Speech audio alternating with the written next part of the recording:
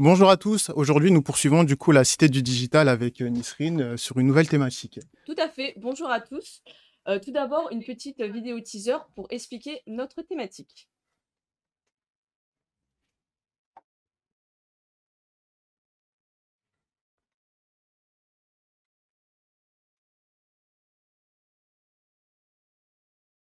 Alors, il faut savoir qu'en novembre 2021, le marché de la crypto-monnaie dépassait les 300 milliards de dollars.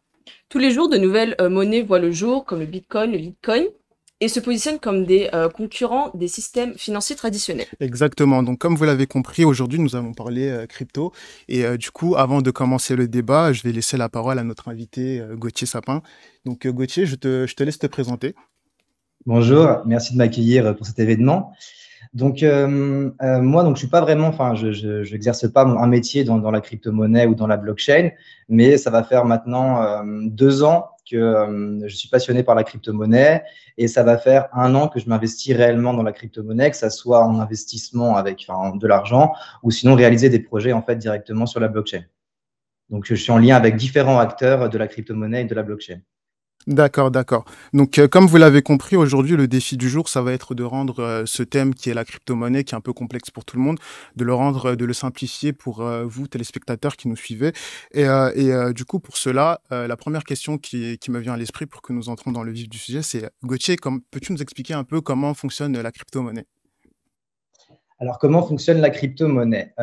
Déjà, en fait, il faut savoir que la crypto-monnaie, enfin, tout du moins, la première crypto-monnaie officielle, Bitcoin, a été créée en 2008 à la suite de la crise des subprimes. Donc, en fait, ce sont un regroupement de différents développeurs qui sont restés anonymes, qui se sont rendus compte qu'il y avait des failles dans le système bancaire actuel. Parce que vous vous souvenez qu'à la crise de 2008, beaucoup de gens ont perdu de l'argent et leur métier aussi. Et ils n'avaient plus confiance en le système bancaire actuel. Donc, ils ont cherché une solution, en fait, pour proposer un système de paiement de pair à pair sans passer par une institution financière. C'est vraiment le but premier de la crypto-monnaie. C'est comme si on pouvait échanger de la liquidité de main à main, mais sur le réseau, sur Internet directement. Donc, c'est ça le but premier de cette technologie. Et moi, c'est vrai que je m'étais un peu renseigné de mon côté et j'ai vu que on pouvait miner à partir de ceci. T'as des éléments à nous apporter par rapport à ça? Alors, en fait, ce qu'il faut comprendre, c'est qu'au-delà de la crypto-monnaie et de l'aspect spéculatif qu'on voit régulièrement sur les médias, avant tout, il y a une technologie derrière, ce qu'on appelle la technologie blockchain. En fait, pour comprendre comment fonctionne la technologie blockchain, il faut comprendre comment fonctionne Internet actuellement. En fait, la technologie blockchain, ça remonte aux années 70. C'est pas d'aujourd'hui, cette technologie-là. Mais c'est juste qu'en fait, on a, comment expliquer? Internet, c'est pas ce qu'on aurait dû avoir de base. De base, c'était censé avoir des échanges. On pouvait échanger à travers le monde, échanger des informations en toute sécurité, de manière décentralisée. Sauf que finalement, avec le temps, tout s'est centralisé. Vous, actuellement, quand vous vous connectez, par exemple, à Internet et vous allez sur Netflix, est-ce que vous savez où se trouve Netflix? Où est hébergé Netflix? Il n'y a rien de magique, en fait, dans Internet. Ce n'est pas un satellite qui vous envoie l'information. Il y a des câbles, il y a la fibre qui passe dans tous les continents, partout, sous mer, sur Terre, et qui nous relie avec les différents continents. Et il faut pouvoir stocker, en fait, ces informations. Et elles ne sont pas stockées dans les airs ou, comme on dit, sur un cloud. Elles sont forcément dans un serveur. Les serveurs, les data centers, ce sont les granges qu'on voit avec différentes rangées de serveurs, avec plein de petites lumières partout. Donc, en fait, l'information, elle est forcément stockée quelque part. Et par exemple, pour le cas de Netflix, c'est Amazon Web Services qui héberge Netflix. Ce sont en fait des sociétés privées qui hébergent actuellement toutes nos informations. D'où tous les conflits qu'on a, par exemple, Mark Zuckerberg qui a été convoqué pour l'exploitation de nos informations. En fait, toutes nos informations, elles sont actuellement détenues par les entreprises privées. Donc, ceux que ça ne dérange pas, ils peuvent continuer à utiliser Internet, mais ceux que ça dérange, effectivement, la blockchain est une des solutions envisagées, puisque en fait, ce n'est plus stocké par des sociétés privées, mais directement sur des nœuds. Ce qu'on appelle un nœud, en fait, c'est un ordinateur qui est connecté à Internet, donc qui utilise le réseau Internet, qui n'a pas besoin de passer par le data center, mais qui va utiliser la fibre optique, enfin les câbles qui nous relient entre nous, mais qui en fait est aussi relié avec différents ordinateurs. Et donc, votre information, elle est plus stockée par un data center sur une entreprise privée, mais sur un réseau qui est public. Je ne sais pas si c'est clair de ce côté-là. En fait, c'est ça l'avantage premier en fait, de la blockchain, c'est que les informations ne sont plus centralisées dans des entreprises privées qui peuvent exploiter nos informations, mais appartiennent à un réseau où c'est public, mais à la fois c'est crypté. Donc, vous restez en fait possesseur de vos informations. C'est assez clair. En tout cas, les téléspectateurs, si vous avez des questions, n'hésitez pas à réagir sur notre chat en ligne. Étant novice dans le milieu, est-ce que Gauthier, tu as comment est-ce qu'on je sais investir dans la crypto-monnaie, donc est-ce que tu as des recommandations, des points d'alerte, des conseils? En fait, il faut savoir que la crypto-monnaie, en fait, imaginons que la blockchain, ça soit un moteur. C'est un moteur de voiture. La crypto-monnaie, ça va être l'essence qui permet de faire fonctionner ce moteur. Okay, c'est-à-dire que toutes les transactions qui vont être réalisées sur ce réseau-là doivent utiliser cette monnaie-là. Et il y a ce qu'on appelle des frais qui vont devoir être payés dans cette crypto-monnaie. On est d'accord? Et en fait, il faut voir ça un peu comme un village. C'est comme si, en fait, vous, demain, si vous vous connectez à une blockchain, c'est comme si vous vous connectez à Internet naturellement, puisqu'on utilise le réseau d'Internet. Sauf que d'avoir .com, .fr ou quoi que ce soit, vous allez avoir .io, où en fait, ça va être pour vous indiquer que vous êtes hébergé non pas sur un serveur privé, mais sur la blockchain, sur un réseau. OK, et de là, en fait, donc, la crypto-monnaie, c'est ce qui va permettre de faire les transactions sur ce réseau. Donc, ça, c'est une crypto-monnaie. Mais parfois, ce que vous pouvez voir, en fait, il y en a des milliers des crypto-monnaies.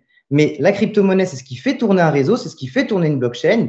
Il peut y avoir différentes blockchains avec chacune leur crypto-monnaie. Mais à l'intérieur même de ces réseaux, on peut développer des applications, on peut développer des sites Internet, puisque ça reste Internet finalement. Sauf qu'au lieu d'héberger notre site Internet sur un hébergeur privé, on va l'héberger sur le réseau. Donc, on peut développer des fonctionnalités. On peut développer des applications, des portefeuilles, des sites Internet, des métaverses, des jeux vidéo. Et à l'intérieur même de ces applications, on peut créer ce qu'on appelle des tokens. C'est pour ça qu'il faut faire une différence entre crypto-monnaie et token. Crypto-monnaie, c'est ce qui va faire fonctionner le réseau. Et les tokens, c'est vraiment pour une application spécifiée. Et en fait, nous, on va renseigner. Imaginons demain, je crée une application lambda. Je vais dire en fait que voilà, dans cette application-là, je veux qu'on utilise ma monnaie à moi.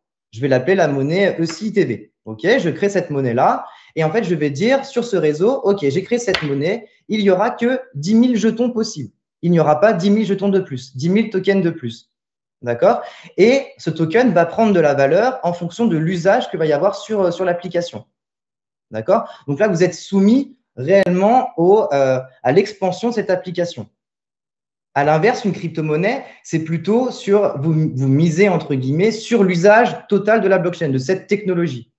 Je ne sais pas si j'ai été clair de ce côté-là, mais il faut vraiment différencier que la crypto-monnaie, c'est l'essence qui fait fonctionner le moteur et qu'après, à l'interne, il y a ce qu'on appelle des tokens qui sont vraiment des crypto-monnaies spécialisées pour une application.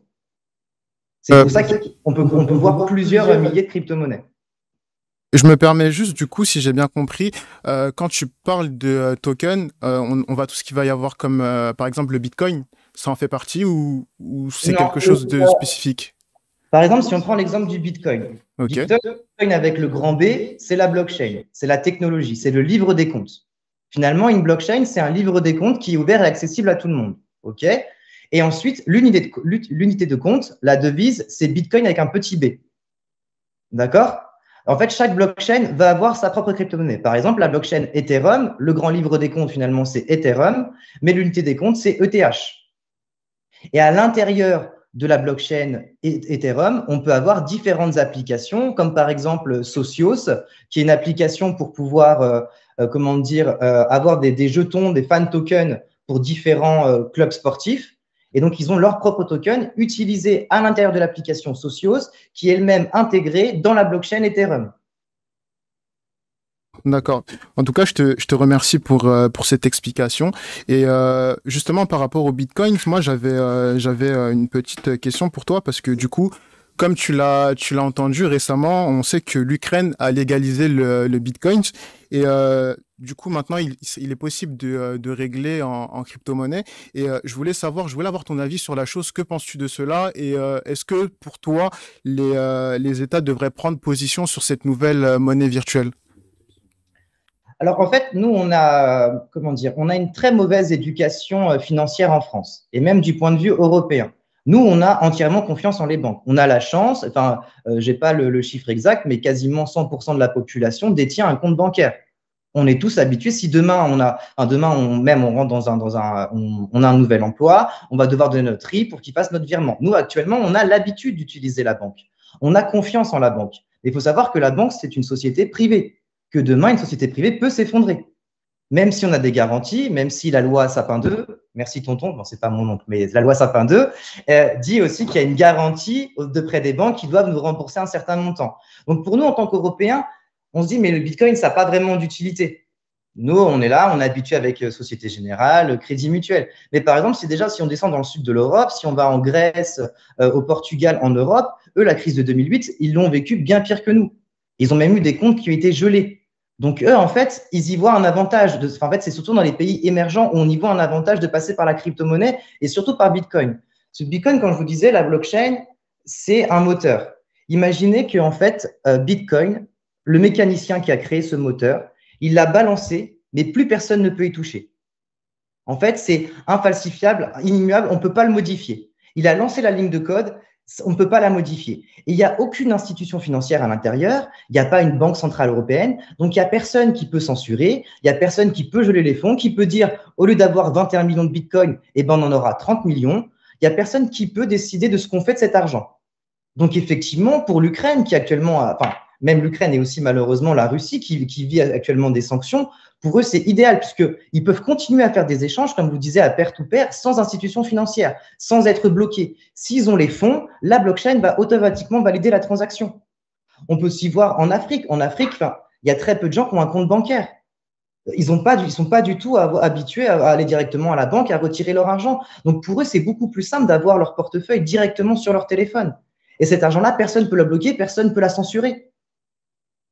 Nous, actuellement, enfin, nous, si vous voyez comment fonctionne le système bancaire actuellement, vous êtes une banque, vous appelez la BCE, vous dites à la BCE, voilà, il me faut 1 milliard, la Banque Centrale Européenne, il me faut 1 milliard, il vous donne 1 milliard, il vous les prête à taux zéro, cet argent n'existe pas. Quand demain, vous faites un emprunt à la banque pour un emprunt immobilier, cet argent n'existe pas, c'est vous qui l'a créé, cet argent. Il faut savoir que les fichiers, enfin, que la banque, c'est un fichier Excel. C'est-à-dire qu'ils vont rentrer manuellement votre montant. L'argent, si demain tout le monde demandait de retirer son argent en banque, la banque fermerait. La liquidité, ils ne l'ont pas. Cet argent n'existe pas. Alors que le Bitcoin, il est inscrit dans le réseau. On a dit qu'il y a 21 millions de Bitcoins. Si vous avez acheté un Bitcoin, tout le réseau sait que vous avez un Bitcoin. Même si demain, le Bitcoin il vaut 0, vous êtes toujours propriétaire de votre Bitcoin. Nous, on est en tant qu'Européens, la monnaie, elle fluctue très peu. Oui, on est en pleine inflation, on prend des 4%, mais c'est rien. Il y a des monnaies dans le monde entier qui perdent des 30%. On a plus de 190 monnaies dans le monde. Il y a des pays où pour eux, effectivement, ça paraît logique maintenant d'utiliser ça. Étant donné qu'ils n'ont pas confiance en leur gouvernement, ils n'ont pas confiance en leur banque, la Bitcoin, c'est la meilleure solution pour eux. En fait, c'est un peu comme si c'était l'or numérique. Il faut savoir que, par exemple, les accords de Bretton Woods, en 1949, en fait, ont certifié que le dollar était indexé sur l'or. En fait, tout est régi par l'or. Mais on ne peut pas, si demain notre monnaie est amenée à disparaître, on ne peut pas dire, bah, écoute, je vous échange 1 gramme d'or contre une baguette de pain. C'est trop compliqué à diviser et à partager. Et justement, c'est pour ça que le Bitcoin existe aussi. C'est un peu l'or numérique. C'est une valeur refuge. Et à la fin, on peut s'en servir tous les jours. Et un Bitcoin, on peut très bien, il y a un Bitcoin, mais ça va jusqu'à 16 zéros après la virgule. On peut très bien être propriétaire de 0,0001 Bitcoin. Donc, c'est plus facilement échangeable. Dans la vie de tous les jours, c'est beaucoup plus pratique. Justement, je me permets de t'interrompre parce que là, du coup, je vois qu'on a une question sur le chat. Je laisse la parole à Nesrine. Alors, un testateur se demande en quoi la crypto-monnaie, sachant que c'est pas palpable, est-ce que les personnes ont plus confiance en cette monnaie qu'une monnaie en fait traditionnelle? Il y a un état d'esprit derrière. Enfin, moi, par exemple, moi, je fais de l'immobilier, donc je connais très bien le système banquier actuel. Moi, je n'ai pas confiance à mon banquier. C'est bête. Mais je sais que demain, par exemple, je ne peux pas retirer, bon, je ne suis pas multimillionnaire, mais je sais que demain, je ne pourrai. Si demain, je lui demande, par exemple, je veux retirer 1 000 €, mon banquier va me demander pourquoi. La semaine dernière, je devais faire un virement dans l'Union européenne. Mon virement n'est pas passé. C'était pour payer un prof particulier qui travaillait en Belgique. Mon banquier m'a demandé pourquoi je faisais un virement dans l'Union européenne. En fait, c'est sans frontières, le Bitcoin. Et c'est pas palpable, mais votre argent en banque, demandez à votre banquier de le retirer et montrez-moi la preuve que votre banquier vous a laissé retirer votre argent sans problème. Justement, par rapport à cette question du pourquoi, moi, je me permets de t'interroger parce que selon moi, est-ce que ce n'est pas une bonne chose de se poser la question de pourquoi aujourd'hui je souhaite retirer, par exemple, une telle somme d'argent? Parce on sait aussi que certains pays se servent de crypto pour financer des fonds illicites comme du trafic d'armes Du blanchiment, ou du ouais. blanchiment d'argent. Donc, je pense que c'est aussi légitime de la part des grandes institutions de pouvoir demander aux détenteurs à quoi va servir ces fonds ou ces investissements. Une grande institution, si demain, enfin, en règle générale, les grosses sociétés font souvent des virements à l'étranger avec plusieurs millions d'euros. Ça passe dans une, deux, trois, quatre banques qui prennent 2%. 2% de plusieurs millions d'euros. Ça commence à faire une belle somme. Eux, ils ont totalement un avantage de passer directement par la crypto-monnaie. Moi, quand je fais des paiements en crypto-monnaie, mon prélèvement, je l'ai directement. Et j'ai payé mes frais dessus. C'est instantané. C'est pas oublier le samedi soir où vous sortez dans un bar et que le lendemain vous dites mais mince, combien j'ai dépensé dans ce bar déjà. Bon, moi ça m'arrive souvent. Et ben je dois attendre le mercredi pour savoir combien j'ai dépensé. Parce qu'il y a tout un système de banquier qui doit vérifier, et puis le temps que ça arrive sur mon compte, voilà, ça fait par différents frais de transaction. Mon commerçant a payé des frais, moi je peux avoir payé des frais aussi, qui ne sont même pas justifiés. Donc là, on est carrément sur quelque chose d'immédiat en termes de transaction d'argent. C'est immédiat. En fait, C'est peut-être aussi l'avantage par rapport aux banques traditionnelles de ce que Bah, tu veux nous dire. du coup, on en c'est vient un des donc. avantages, mais en fait, il faut savoir que nous, vraiment, on a, par exemple, je m'entends très bien avec les Luxembourgeois et les Suisses parce qu'on n'a pas du tout la même éducation financière. Nous, on est arrivé, on est né, en règle générale, nos parents, ils nous ouvrent un compte en banque, ils nous mettent de l'argent de temps en temps un petit peu dessus, et on est tout de suite dans le système financier. On est tout de suite dans le système bancaire, où on a notre conseiller, on va être avec la banque de nos parents. Donc, nous, on n'est pas trop dans au-delà d'un état d'esprit, c'est aussi une éducation. Et nous, actuellement, on a confiance en les banques. Demain, si je veux faire un emprunt immobilier, il faut que j'ai un CDI, un petit peu d'apport et que ma banque soit OK. C'est comme ça que ça fonctionne. Actuellement, c'est les banques qui décident de tout. Et en fait, c'est vraiment, si demain vous avez un portefeuille crypto, c'est devenir votre propre banquier. C'est vous qui gérez vos placements, c'est vous qui gérez vos investissements. Enfin, vous devenez votre propre banquier.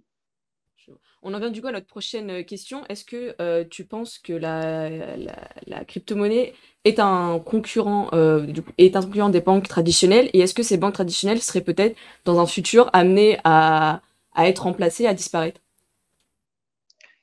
Comme tout à l'heure, je vous disais, les pays émergents, oui, où le système bancaire actuel est frauduleux ou voire inexistant, oui, effectivement, ça va fonctionner. Mais nous, en tant qu'Européens, non, on est plus proche d'un euro numérique que de réellement de la crypto-monnaie. Demain, et c'est déjà en pourparlers, hein, Christine Lagarde en parle très régulièrement, mais très prochainement, on a un euro numérique. Et ça, c'est parfait pour un gouvernement.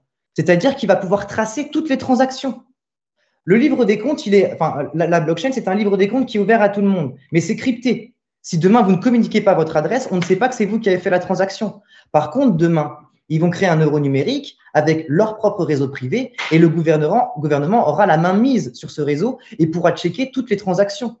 Donc, ça sera fini les transactions de main à main. Le gouvernement sera au courant de toutes les transactions réalisées dans son pays. Et c'est ça, c'est idéal pour un gouvernement. Ça l'est beaucoup moins pour une population parce qu'on sera vraiment, c'est suivi dans toutes nos transactions, dans tout ce que vous faites de la vie de tous les jours. On ne pourra plus rien cacher au gouvernement. Mais on va y passer dans tous les cas. On aura tous un compte qui sera relié à la Banque centrale européenne. Les banques privées sont amenées à disparaître, ça c'est certain. Mais on ne paiera jamais en Bitcoin en France. Parce que la souveraineté d'un État se fait par la monnaie. Une bonne partie de la souveraineté d'un État se fait par la monnaie. Donc, si demain, ils disent on accepte le Bitcoin, ils n'ont plus aucune légitimité. Une monnaie fiduciaire, c'est une monnaie qui est reconnue par un gouvernement et qui est gérée par le gouvernement. Et moi, ça emmène là une question assez finale qui va englober tout ce qu'on a dit là aujourd'hui, c'est que on peut voir du coup la crypto-monnaie comme un vrai changement économique dans les prochaines années à venir. Moi, si je ne prends que mon cas personnel, c'est vrai que maintenant, de plus en plus, dans mon entourage, j'entends des gens dire qu'ils investissent dans la crypto-monnaie ou même qu'ils se lancent dans la crypto-monnaie. Et moi, j'aurais aimé savoir, toi, en tant qu'acteur de cette nouvelle transition, quel message tu aimerais faire passer du coup à ces personnes-là qui se lancent ou même aux personnes qui sont réticentes? Faut savoir que on dit que la mode est un état de recommencement, mais l'économie aussi, pour moi, est un état de recommencement. En fait, on est un petit peu comme si on était dans les années 90, début 2000. Tout ce qui finissait en .com, tout ce qui avait un rapport avec Internet, tout le monde investissait dessus. Et pourtant, on n'a qu'un seul Amazon, on n'a qu'un seul Facebook. Mais à l'époque, il y a eu des milliers de projets où il suffisait juste qu'on dise on va sur Internet et les gens investissaient dessus. Et là, actuellement, c'est pareil sur la crypto-monnaie. Vraiment, lancer une crypto-monnaie, ça vous prend 5 minutes, chrono en main. Les lignes de code existent déjà. En fait, c'est super simple de créer une crypto-monnaie, enfin plus précisément un token. Mais en fait, ce qu'il faut savoir, c'est que pour le moment, ce qui est important, c'est les codes qu'il y a derrière. C'est vraiment une technologie. Et c'est les lignes de code qui sont écrites derrière qui sont importantes. C'est pas parce que voilà, il y a plein de scams, il y a plein de faux projets qui n'aboutiront jamais. Sur le papier, c'est magnifique, on a envie d'investir, mais finalement, en fait, le token ne représente pas l'évolution de la société, donc ça va pas forcément vous rapporter d'argent derrière. En fait, ce qu'il faut, c'est pas être trader, il faut vraiment se renseigner sur le projet, savoir qui est derrière le projet, savoir s'ils sont pas basés à Dubaï comme le plus souvent, si c'est vraiment des gens sérieux. Et puis le plus important, malheureusement, c'est il faut avoir un petit peu de connaissance en code parce qu'il faut savoir quelles sont les lignes de code derrière parce que c'est une machine derrière. Donc, c'est-à-dire que vous faites confiance en la machine. C'est surtout ça. Donc, si le code est frauduleux ou s'il peut être facilement craqué, c'est un coup à perdre tout son argent. Tout comme si vous… En fait, maintenant, c'est devenu tellement simple d'investir. Enfin, Lydia vient de proposer les investissements en crypto-monnaie. Et tout le monde a un compte Lydia. Donc, demain, tout le monde peut investir en crypto-monnaie. Mais si on n'est pas renseigné, c'est sûr que vous perdez de l'argent, c'est sûr à 100%. On ne fait pas des x10, x100. C'est pas là, vous n'êtes pas là pour gagner de l'argent. Moi, vraiment, le message que je voudrais donner pour la crypto-monnaie, c'est plus que c'est une opportunité. On dit que dans 20 ans, 3/4 des métiers sont amenés à disparaître. Et je pense que la blockchain est l'une de ces réponses. C'est l'une des raisons pour laquelle ces métiers sont amenés à disparaître. D'où l'automatisme et ce genre de choses. Donc, il y a de l'avenir là-dedans, dans cette technologie. Je ne dis pas que Bitcoin existera dans 10 ans. Par contre, la technologie blockchain, c'est sûr qu'elle existera toujours. Après, c'est qu'est-ce que vous en faites? Soit vous êtes acteur, spéculateur ou investisseur. Ok. Je pense que Nisrine, tu avais une dernière question à poser parce que il me semble que notre intervenant, donc du coup notre invité, a lancé sa propre boîte, Notice Corp. Ouais, est-ce que tu peux du coup nous en dire plus sur ce que tu fais? En fait, nous, on fait des formations personnalisées pour découvrir la blockchain et la crypto-monnaie. Nous, vraiment, l'idéal, c'est de pouvoir éveiller les esprits et pourquoi pas après faire des projets avec nos clients.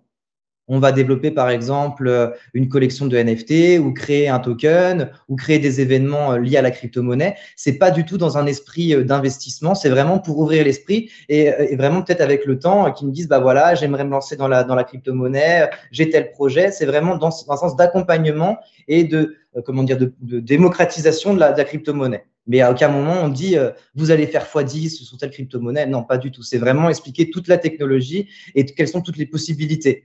Et notre objectif aussi, c'est de se rendre dans les écoles, surtout en terminale, et de dire, bah voilà, si vous ne savez pas quoi faire de votre vie, il y a cette technologie qui arrive, il y a des métiers à apprendre et c'est maintenant qu'il faut le faire. Aussi jeune, c'est bien. Oui, Oh. il me semble que c'est un tournant à prendre. Après, comme il a si bien dit, c'est aussi ne pas tomber dans le risque de vouloir faire du chiffre, alors que le but principal n'est pas forcément dans cette optique-là. Donc, il faut, comme tu l'as si bien dit, éduquer les nouvelles mentalités et peut-être, du coup, lancer un nouveau courant. Je sais pas s'il y avait des questions Alors, je sur le pense qu'il y live. il y a des questions sur le chat, mais on a un petit problème technique, nous, on ne les voit pas sur la tablette. Donc, je pense qu'on va me les glisser à l'oreillette. C'est des petits aléas du direct. Alors, pour toi, quelle monnaie serait la plus fiable, malgré les risques que tu as évoqués un peu plus tôt? Alors, j'ai très peu confiance en l'humain, j'ai confiance en la technologie. Alors, je dirais Bitcoin, puisque personne ne peut toucher à Bitcoin. Comme je vous ai dit tout à l'heure, c'est le mécanicien, il a créé ce moteur, il l'a balancé sur le réseau et plus personne ne peut y toucher. On ne peut que l'améliorer. Donc pour toi, la monnaie la plus fiable à l'heure actuelle en termes de crypto, c'est le Bitcoin? Parce qu'en fait, sinon, sur les autres, on dit que c'est décentralisé, mais finalement, on connaît les CEO, les fondateurs de ces blockchains et ils ont la main mise sur les blockchains. Donc, ils peuvent encore contrôler les informations qui passent dans leur blockchain. Il n'y a que Bitcoin actuellement où personne ne peut y toucher. Question, est-ce qu'il n'y a pas peut-être un risque de, comme tout est informatisé, un risque de vol, de hackage ou… Si vous tapez sur imaginons demain, notre cher ami Poutine décide de nous rendre visite en France. Si demain, il va nous couper Internet, ça va lui prendre 5 minutes. Puisqu'en fait, les emplacements des data centers, des entreprises privées qui détiennent nos informations, les serveurs privés, on sait où est-ce qu'ils sont placés. On connaît l'emplacement d'Amazon Web Services, on connaît les emplacements de data centers d'OVH, de tous les hébergeurs. Donc lui, s'il vient, il envoie un drone, il fait exploser les data centers, on n'a plus nos informations. Alors que finalement, par exemple, pour le réseau Bitcoin, qui a 13 000 nœuds, donc 13 000 ordinateurs qui sont connectés entre eux, tous ces ordinateurs, ils sont connectés entre eux et ils ont tous l'historique du réseau. Donc, même si vous faites exploser un pays entier et que dedans, il y avait la moitié des nœuds du réseau Bitcoin, il reste toujours l'autre moitié du réseau Bitcoin qui détient l'information. Donc, qui détient le fait que vous soyez propriétaire de plusieurs Bitcoins ou pas. Donc, finalement, c'est ça aussi. C'est que demain, il suffit qu'on ait un psychopathe qui décide de faire exploser tout le data center, on n'a plus aucune information. C'est pas ce qu'on souhaite, mais c'est rassurant pour les personnes qui ont investi du coup dans cette monnaie-là. Mais alors, attention, ce qu'il faut faire attention, c'est qu'actuellement, par exemple, pour acheter des crypto-monnaies, en règle générale, les gens passent par des exchanges. Ce qu'on appelle un exchange, ça va être par exemple du Binance, Crypto.com, KuCoin, GateAO, où en fait, vous créez un compte, on vous demande d'identifier, vous mettez votre carte bleue et vous pouvez acheter des crypto-monnaies. Sauf que finalement, vous n'êtes pas réellement propriétaire de cette crypto-monnaie, puisqu'en fait, ça reste sur l'exchange. Et c'est une société privée. Si demain la société ferme, vous perdez vos fonds. Donc, ce qu'il faut, c'est les mettre sur un portefeuille privé.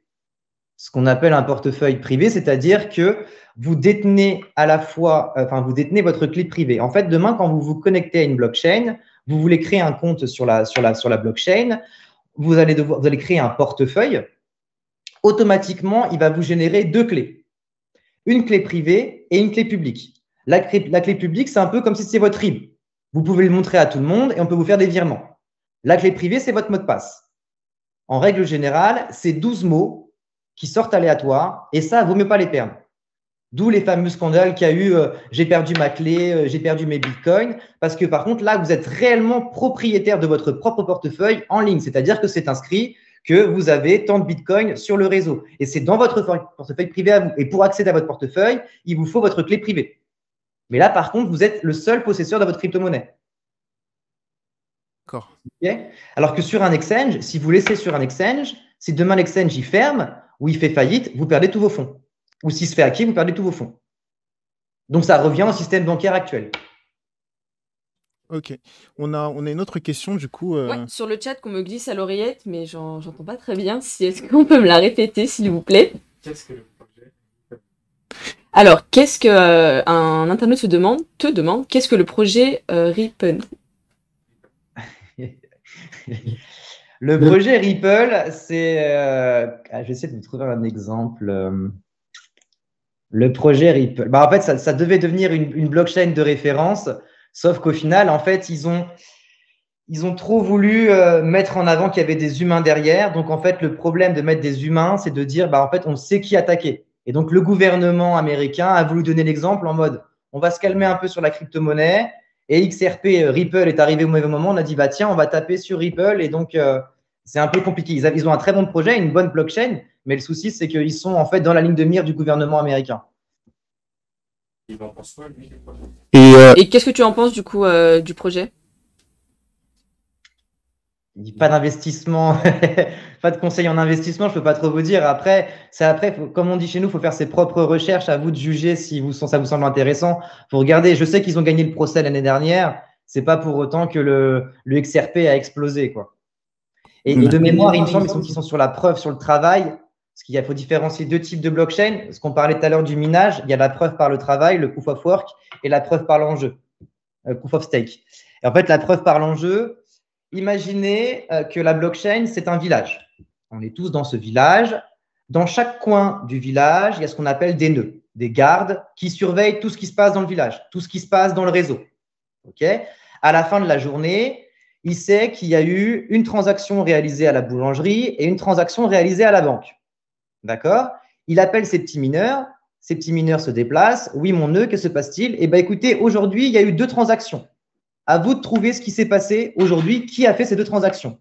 Donc, eux retournent dans le village, ils vont interroger tout le monde. Bah, t'as fait quoi toi aujourd'hui? Ok, t'as fait quoi? D'accord. Ils reviennent voir le nœud. Écoutez, monsieur le nœud, aujourd'hui, Lucas a acheté une baguette de pain et Pierre a fait un crédit à la banque.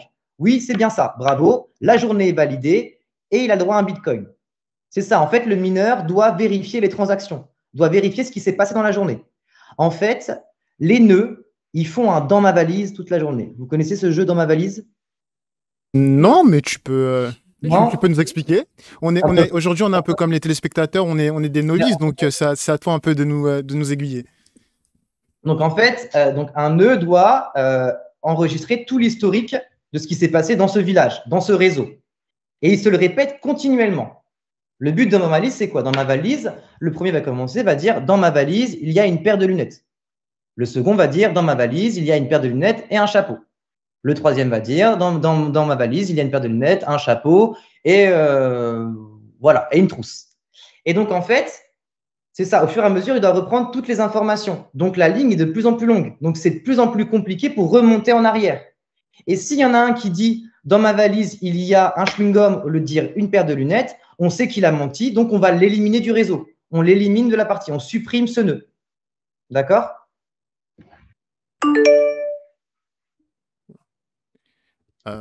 C'était par rapport à quelle question, pardon, parce que je me suis dans ma valise. On a perdu un peu le fil, là. C'était par rapport à la travail, pardon. Donc, en fait, au final, c'était bien ça. Donc, une fois que la journée est validée, le mineur est rémunéré. Et le calcul est de plus en plus compliqué, puisqu'au début, il n'y avait que 2 transactions sur le réseau, mais au fur et à mesure, il y a des milliers de transactions. Et il est obligé de remonter en arrière. Donc, ça fait un dans ma valise qui est de plus en plus long. Dans ma valise, il y a. Il faut qu'il puisse tout remonter pour valider la transaction de la journée. OK? Donc ça, c'est la preuve par le travail. Et c'est ce qui est un petit peu le scandale de ça consomme beaucoup d'énergie. Puisqu'en fait, ce sont des cartes graphiques qui, toute la journée, vont calculer, vont faire des dans ma valise pour trouver les résultats. D'accord? Il y a ce qu'on appelle maintenant la preuve. Comment? J'ai une petite question. Est-ce que cette monnaie est pas moins écologique? En fait, c'est ça. C'est par exemple le Bitcoin, une bonne partie du Bitcoin, le Bitcoin est actuellement sur la preuve par l'enjeu. Donc, il demande de faire des calculs sur des machines. En fait, il a besoin de beaucoup de puissance de calcul. Donc, il demande justement aux mineurs de prêter cette puissance de calcul et effectuer les calculs. Donc, ça consomme beaucoup d'énergie. Sauf qu'en fait, il faut savoir que la communauté de la crypto-monnaie est immense et bienveillante. Quand on lui annonce un problématique, très régulièrement, il se constate et trouve la solution. Il faut savoir que, par exemple, les barrages hydrauliques dans le monde entier, 8 mois de l'année, 4 mois de l'année, pardon, ils perdent de l'énergie. L'énergie qu'ils produisent ne sert à rien. Elle est perdue. Ça coûte beaucoup trop cher de stocker cette énergie. Donc, la communauté est partie démarcher ces barrages et leur a dit, bah, écoutez, les 4 mois de l'année qui restent où l'énergie doit être perdue, eh ben, vous en servez pour miner du Bitcoin. Donc, une bonne partie de l'énergie, de la consommation d'énergie du Bitcoin est de l'énergie verte. Mais il faut savoir que Bitcoin consomme moins d'énergie que le système financier actuel. Donc plus écologique, en quelque sorte. On peut très bien le relier justement au barrage, on pourrait très bien le relier à une éolienne. Il y a même une start-up, je crois que c'est au Canada, qui est en train de développer des chauffages avec des machines à miner. Puisqu'en fait, ça consomme de l'énergie, mais ça produit aussi de la chaleur. Ok. Donc, ça se trouve, dans 1 an ou dans 10 ans, on pourra se chauffer au Bitcoin. Pourquoi pas? C'est peut-être envisageable. Peut-être. Est-ce que Colin, tu as d'autres questions, d'autres points à ajouter? Est-ce que nos téléspectateurs, vous avez d'autres questions? Au niveau du chat, je pense que nous sommes bons. En tout cas, Gauthier, franchement, je te remercie pour tous ces éclaircissements que tu as pu nous apporter par rapport à la crypto-monnaie. Merci à toi. Nous, il faut savoir qu'on a été ravis de t'avoir sur le plateau et je pense que tu auras pu éclairer, ou du moins je l'espère, la plupart des téléspectateurs qui étaient sur le live. Je rappelle aussi que du coup tu gères la société que tu as lancée, Notiscorp. Donc pour toutes les personnes qui aimeraient avoir plus de conseils ou qui aimeraient se lancer là-dedans, je les invite vivement à te consulter ou même à aller jeter un petit coup d'œil sur, LinkedIn. sur ton LinkedIn, tes réseaux sociaux. Et puis on mettra du coup tes coordonnées dans le chat, ton adresse mail et ton LinkedIn pour les téléspectateurs qui sont intéressés, qui voudront savoir plus sur la crypto-monnaie. Merci à vous en tout cas d'avoir interagi avec nous, d'avoir posé toutes vos questions sur le chat, d'avoir rendu ce débat, Plus vivant. Ça a été très intéressant. Merci à toi, Gauthier. Pour ta présence et on te souhaite une bonne continuation. Merci à vous Salut, deux. Gauthier. À bientôt. À Au revoir. bientôt.